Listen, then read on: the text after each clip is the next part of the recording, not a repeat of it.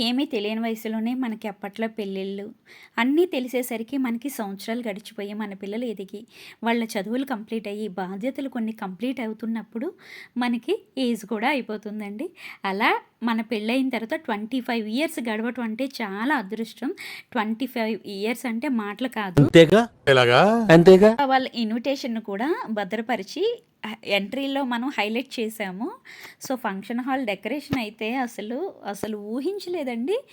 ఇంత మంచిగా, ఇంత గ్రాండ్‌గా, అన్‌ఎక్స్‌పెక్టెడ్‌గా కొన్ని జరుగుతాయంటారు గదా! అలా ఈ ఫంక్షన్ అయితే చాలా బాగా ఫ్యామిలీ మెంబర్స్ అందరం కూడా ఎంజాయ్ చేశాము.